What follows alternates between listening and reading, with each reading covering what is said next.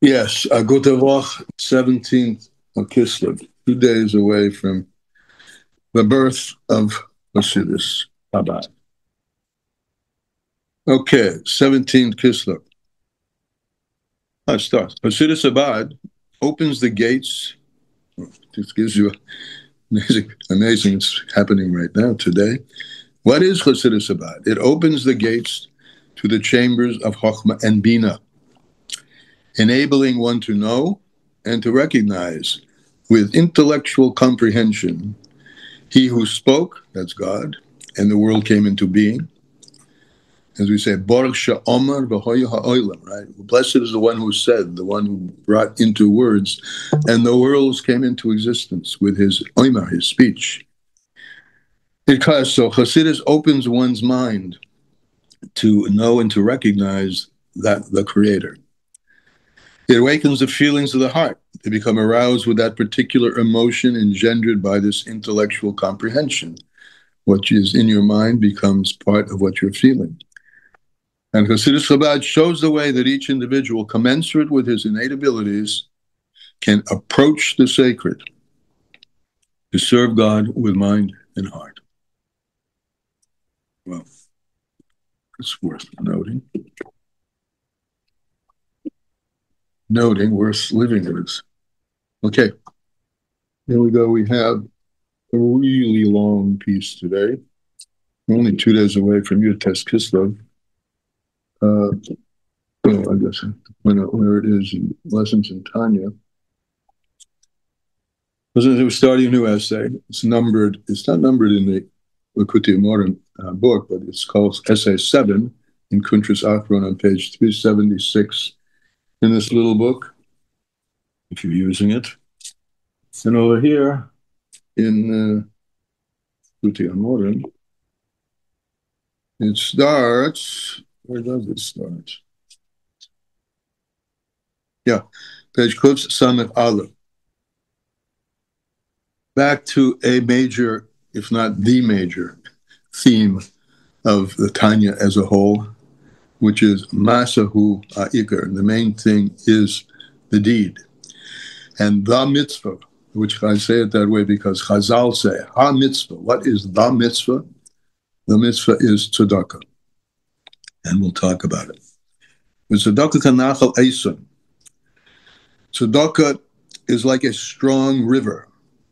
And that's a quote, as he says, from the prophet Amos. Tzedakah is like a strong river, or the river Eson, which is called Eson. Kiddush, Kameshan Nachal Eson Hu Hamshochas Hamshochas Memechinas Eson. Yeah, we're using it Kabbalistically, the strong river. So, but it's a strong river. Avi, aren't we on essay 8? I'm on today. Test 17. I'm on 16, huh? Yes. We're on 16. So where is 17 begin? Essay 8. Essay 8, which begins what? I've heard Ine lo tova. Ine lo tova. Okay. We did that? Funny. I don't remember that we did that on Shabbos. I mean, before Shabbos. Okay. Hine. Like Teva Hashmu Shemaiti Tir. It's not that. It's not good. What I've heard, the Alter Rebbe is hearing things coming from the congregation, things that I've heard. Vertigas beatni. It's an expression, right? It angers my bowels, my betten. I'm very angry on this. Asher Am Hashem, that we who are the people of Hashem, Ma'avidim Lifnei HaTeva, we've had this before, but this is stronger words, are sending to lead the davening, Ha'isha Chafetz B'Chayim, a person who wants to, who's desiring life. We are people who are Chafetz Chayim, V'Arichas Yomim, and long days, shall call Anshe Shlameno. This is something that characterizes all of us Hasidim, right? We want long days. Why? To fill them with mitzvahs. Mikdash Ma'at, and here we are in what he calls the Mikdash Ma'at, the place of davening of the Kahila in that location, like he has here in Crown Heights or any place where you're saying tefillah is called mikdash ma'at, the small base of mikdash. Why? Because tefillah b'makom korbanos. Remember, davening is in the place of the korbanos, and the place of the korbanos was the Beis Hamikdash. So any place where a kahila is offering up Torah is called a mikdash ma'at, a small Beis Hamikdash. As it shalan shlemenu of our people, our Hasidim. And my Merzal, as our sages have said, shleish devorim ha'arichin yomim shel adam. There are three things which give long life to a person. And one of them is elongating and davening at length and slow. The Afghan, and even even a person who's in a rush, right? Literally, the time is kvetched. He has little time, compressed time. Very much. And he can't wait around for the answering of kedusha, of the Hazaras Hashatz, right? When the Chazan repeats the kedusha, can't hang around for that.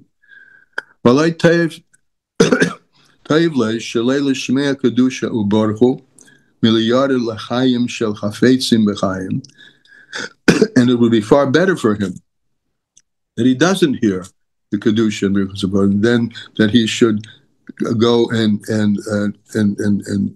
get through the davening very quickly. The einus, however, if you and also and in addition, you should know that if you can't, if his circumstance won't let you, there's a generality in the Torah of einus rachmana patroya or petraya.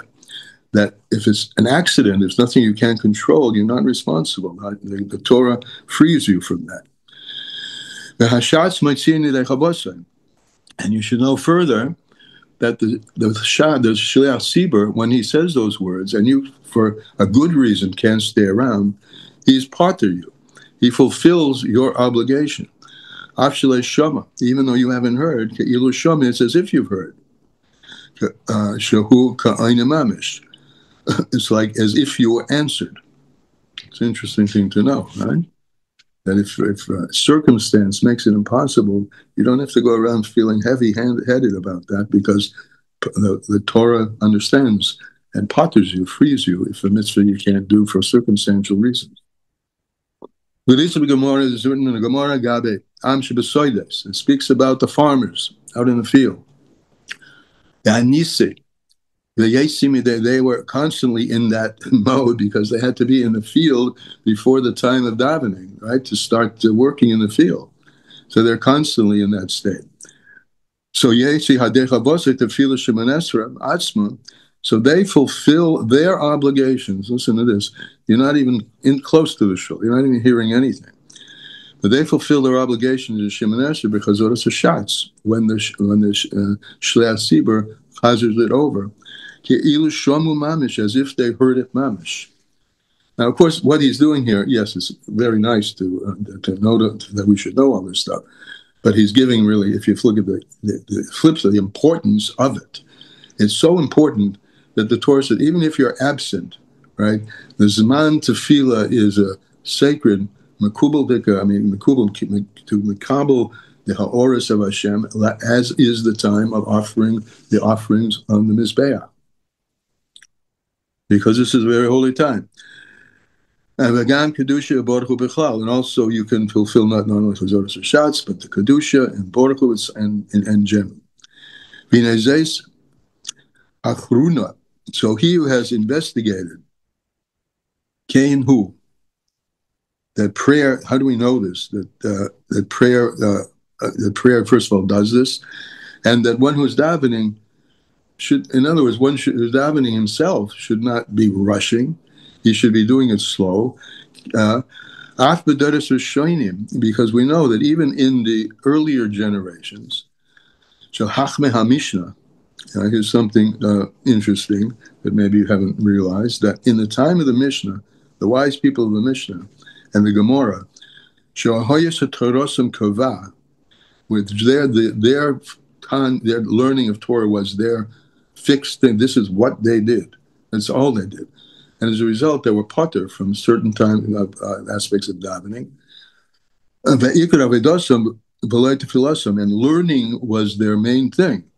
Not just like a very smart person in yeshiva today. They were the Talmidei Chachamim who were mefarish, explaining, and mechadish, and bringing the interpretations of the Torah that created the whole oral Torah.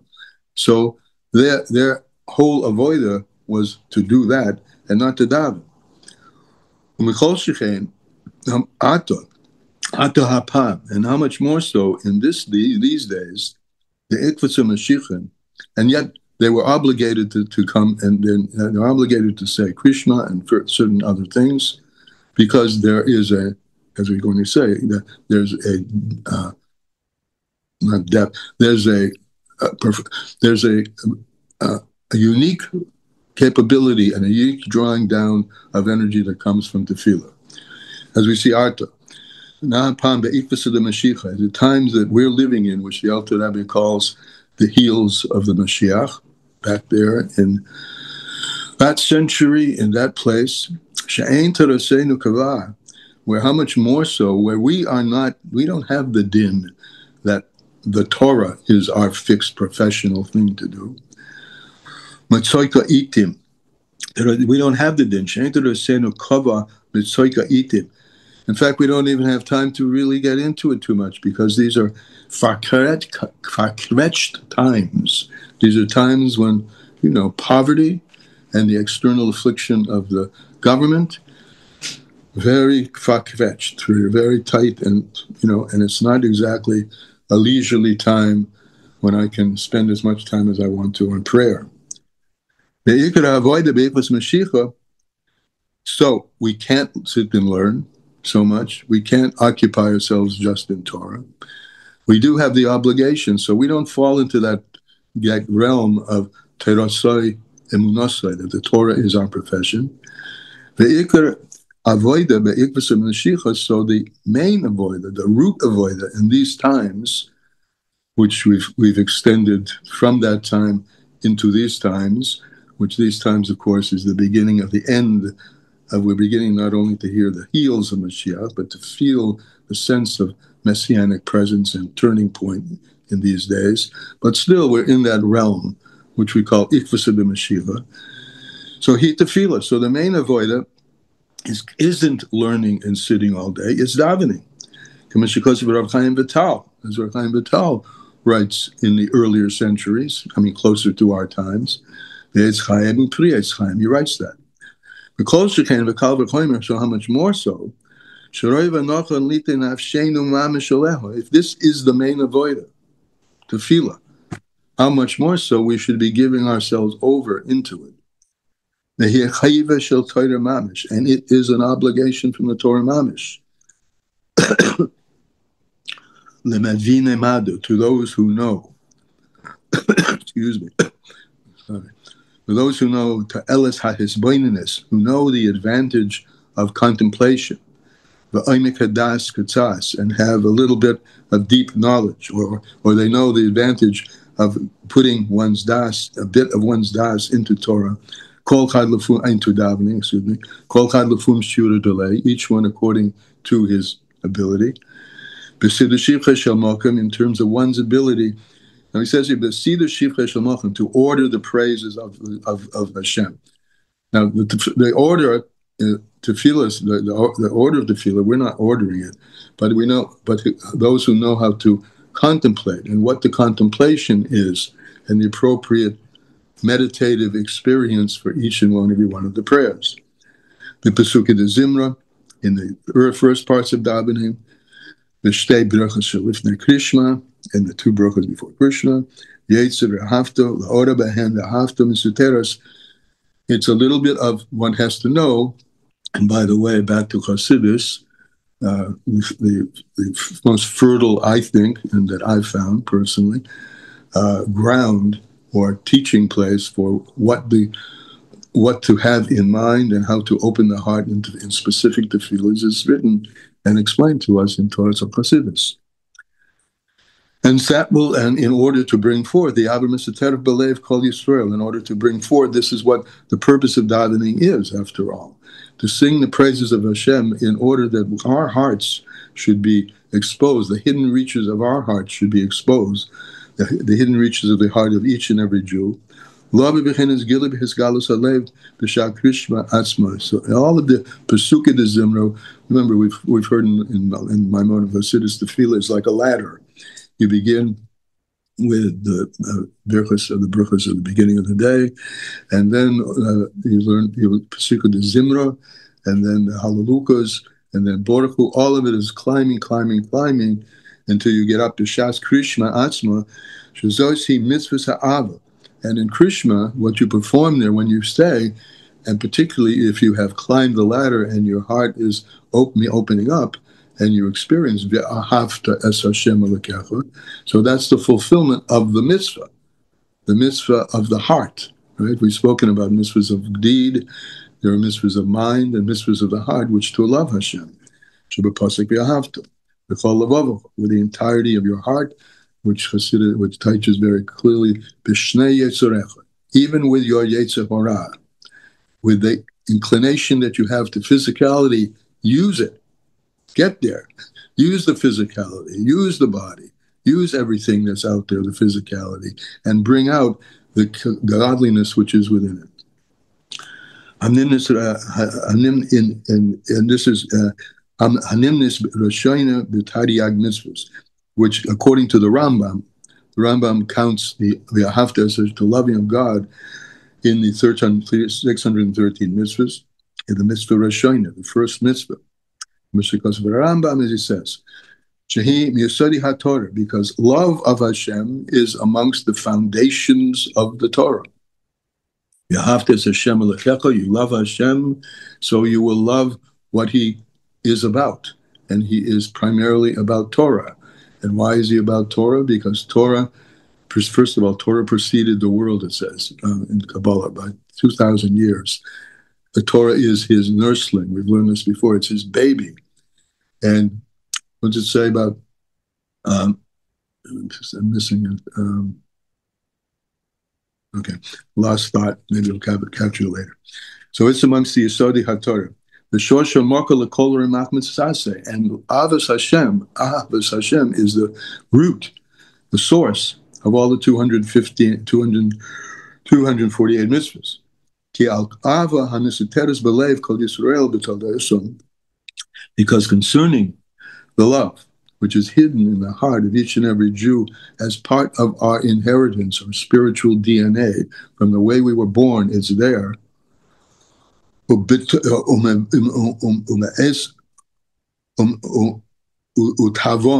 it's part of our nature. You don't have to command somebody to do something that's natural.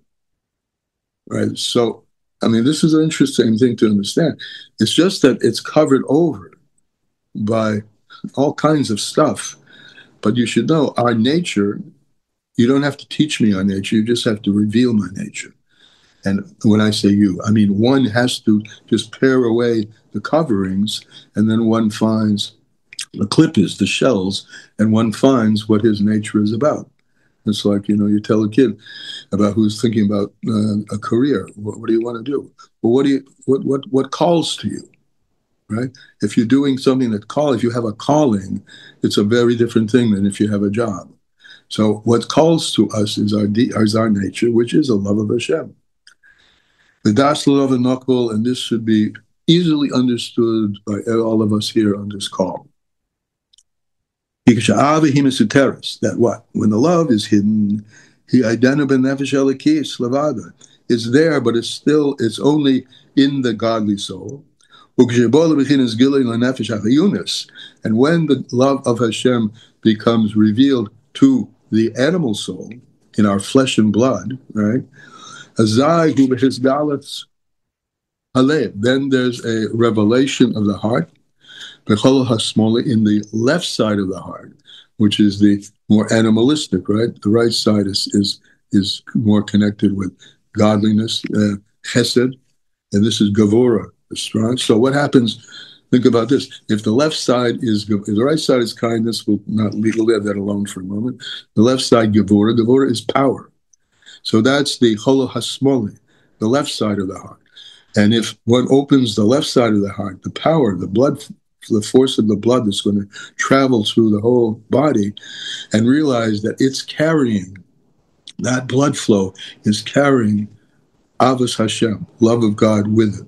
So if one, even to think about that, has a sense of, brings about a sense of opening oneself up to the fact that our bloodstream is not just that it's created by God, but it's containing godliness in it, and our love of God is circulating throughout all of our form. And that's because this is the Mishkan Nefesh HaChiyunis, which is the left side is the place of the enlivening soul. Whoa. So we talk a lot about rectifying the sparks, right? Oftentimes, and probably more times than not, we talk about that in terms of our relationship to the world. There's sparks out there. If you learned this week's Torah Or, there's fallen sparks from the world of Toihu. They fell into the realm of Esav, out there in the world of fragmentation, the world of despots and demons, right? But he's talking now about inside ourselves, right? These sparks, the nefesh hachiyunis, the animal soul, we have to mevar, we have to rectify the sparks within us. We have to purify the blood, so to speak, with the innate love of God that's embedded in our soul. Purify our own blood, to rectify the sparks. Which is spoken about in Eitz Chaim and Pri Eitz Chaim, and the Eitz Chaim and the Pri Eitz Chaim talk about where, how, and when is this rectification done? In davening, tefillah, right? Avoida shebalev, right? Tefillah is called service of the heart. Here you go, huh? Prayer is the main avoda in this time of the heels of Moshiach. Levader Netzois is to rectify, clarify, clear out, and shine those sparks. Is hapcha or iskafia. And these are the two modalities of either subjugation or total transformation. Shel nefesh hachiyunis, of the animal soul. Lin nefesh elokis, to and in service of the godly soul. So now the animal serves the godly soul. I mentioned this many times when I'm about to say a little piece in the Maimer of the Mittler Rebbe on Purim, when Achashverosh asked Haman, when Haman asked Achashverosh, what do you want to do to the person you want to honor? One of the things he says is put him on the horse of the king. And the Mittler Rebbe says very succinctly, a horse can take a man to a place he couldn't go on his own. Adam is the nefesh elokis, right? The horse is the animal soul. And when you subjugate and transform and gather the forces of the nefesh habahamis, it can take you and will take you to places higher than you could have gone without that. So that's the Indian of his skafia and nefesh elokis, nefesh haviyunis, to the nefesh elokis. Kunedes is known. Ki hadam hu hanefesh. It says in Vayikra, the blood is the soul, meaning the blood is where the soul is carried. The spiritual meets the physical in the blood. The hadam is chadish b'chol yom. And you should know something, your blood is renewed each and every day, ma'oichlin u'mashkin, from the things that you eat and drink. Regam mispoil b'nitku u'melushim and dira. And also the garments of the soul as well. Coming back to the earlier days, where their godly souls were openly manifest and less, covered over. But they were of a greater stature, so to speak. So they could get through. This is interesting. They weren't putter, right? There were certain things they had to daven, but they didn't need so much of the davening because their animal soul wasn't so dominant. The godly soul was more dominant. But nevertheless, they had to still touch prayer. At least, we're going to go back to the Nefesh Elokis was great. So they could do the bira, that the rectification is done in tefillah, but Krishma levad, just by saying Krishma. That was they had to stop their learning and say Krishma. U'bracha shelefneha, and the brachas before. And Pasuki the Zimra Katsora. And the rest of it I said very briefly. The Dai Lamaven, and it's easy for one who wants to understand who understands. Or it's also called Dai Lahovid. It's easy to understand. Dai Lamaven, Dai Lahovid. All right. Thanks for pointing me out to the right place. Tefillah. B'mokem korbanos. Tefillah is in the place of the korban. And what did you bring in the korban? Animal. You bring your animal soul, all the animus of your body, in the service of God, and raise it up through tefillah. Okay. Comments, questions, remarks? None? Okay. Tomorrow. Wait. Well, why? Oh, you woke up? Wait. Give me a minute. I think this is just a reminder not to take our davening for granted and just to spend more time in it. I mean, at the beginning, it says that the Rebbe is so concerned because more time spent in davening results in a longer lifespan, which is a nice thing. We all agree. And Did it also, miss that? Where does it say? I missed that. Where is the it? very beginning. Where I'm looking. Anyway, I don't see it, but Three things here. Kamaimer Rabotenu, Zichrono Levracha. go ahead, keep Shalosh Devarim, it's probably Pirkei Avos, 3 most brachas. Okay. Three things prolong the days of man, and one of those is prolonged worship. There are 3 things, and one of them is this. Okay, go ahead. Mm-hmm. Right, beautiful. And the sentence before that also, he says, if you're yearning for life and longevity for everybody and who's ever there, this is how you should do it. But anyways, besides end results, what about the moment? I mean, this is our chance to really, in the beginning of the day, particularly, or maybe at the end of the day, certainly on Shabbos, to really connect with Hashem. And I don't know. For me, I'm sure I'm assuming everybody has similar experiences, that your davening has different shapes and forms and different times and different experiences. And it matters a lot how we come into it and what we bring to it and how we focus. And it's a big deal. It's an opportunity we're given. It's like amazing. The word the time to connect to Hashem, I've mentioned this before, but the word tefillah comes from the word tefil keli cheres, to put together a broken vessel. So it brings all the pieces together, spins it up. Yeah. Yeshikaya, thank you. All right. Just to personalize a little bit, I think it helps. Helps me. Okay. And we'll see. Thank you. Thank you very much. Thank you. Take care, guys. Everybody. Bye-bye.